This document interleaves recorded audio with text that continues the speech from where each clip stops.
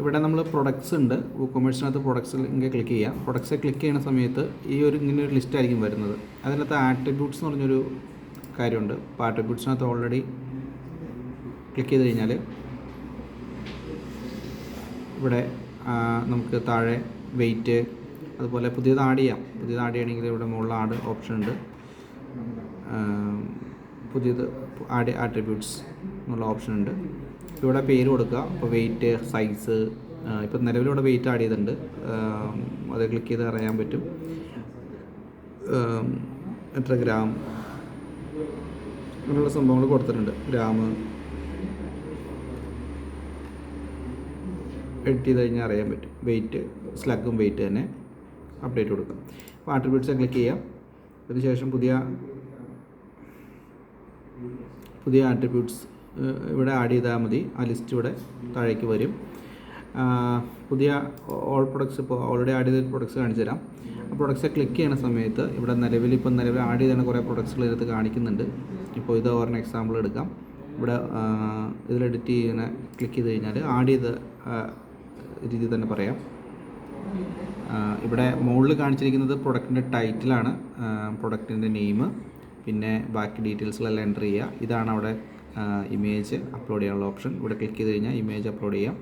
ജനറലിനകത്ത് regular price, sales price അങ്ങനെയുള്ള കാര്യങ്ങളെല്ലാം കൊടുക്കുക. പിന്നെ താഴേക്ക് വരുമ്പോൾ ഏത് കാറ്റഗറി ആണെന്നുള്ള, ഏതെല്ലാം കാറ്റഗറിയിൽ വരുന്നതാണ്, ഡിറ്റക്ഷൻ അലാറാമിലാണോ, ഫയർ എക്സ്റ്റിങ്ക്വിഷറിലാണോ, അതിലേതിലൊക്കെ വരുന്നതാണെന്നുള്ളത് ടിക്ക് ചെയ്യുക. ഏത് ടൈപ്പ് ഐറ്റം ആണെന്നുള്ളത് ലിസ്റ്റ് ചെയ്ത് ഇവിടെ ടിക്ക് ഓപ്ഷൻ കൊടുക്കുക.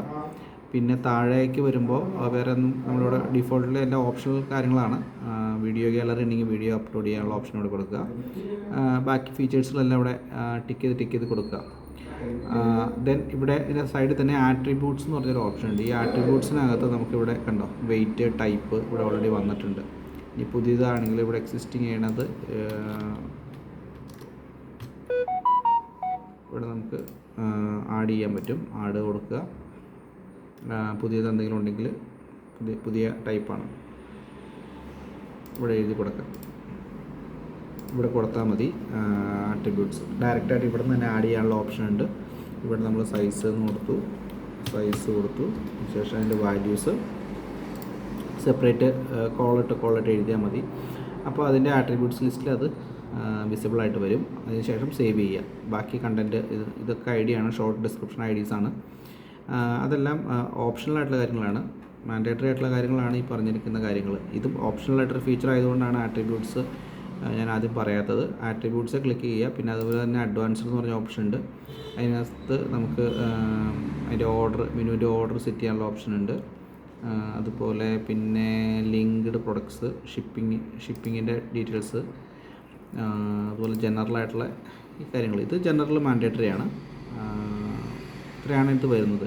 ഇപ്പോൾ ഈ ആട്രിബ്യൂട്ട്സിനകത്താണ് അത് ആഡ് ചെയ്യുന്നത്. Attributes okay. അപ്പോൾ പ്രൊഡക്ട്സിനകത്ത് ആഡ് ന്യൂ പ്രൊഡക്ട്സ്, അതിനകത്ത് ആട്രിബ്യൂട്ട്സ്. അതുപോലെ ബ്രാൻഡ് ആഡ് ചെയ്യണമെങ്കിൽ ഇവിടെ സ്റ്റോർ ബ്രാൻഡ് ഉണ്ട്. ഇവിടെ ബ്രാൻഡ് ആഡ് ചെയ്യാം. ബ്രാൻഡ് നെയിമുകൾ ആഡ് ചെയ്യാം. ഇവിടെയും ആഡ് ചെയ്യാം. എക്സ്റ്റോറിൻ്റെ ബ്രാൻഡ്സായിട്ട് ഇവിടെ നമുക്ക് ആഡ് ചെയ്യാം. അപ്പോൾ നിലവിൽ കുറച്ച് പഴയ ബ്രാൻഡ്സ് ആഡ് ചെയ്തിട്ടുണ്ട്. അത് റീനെയിം ചെയ്ത് ഇട്ടാൽ മതി.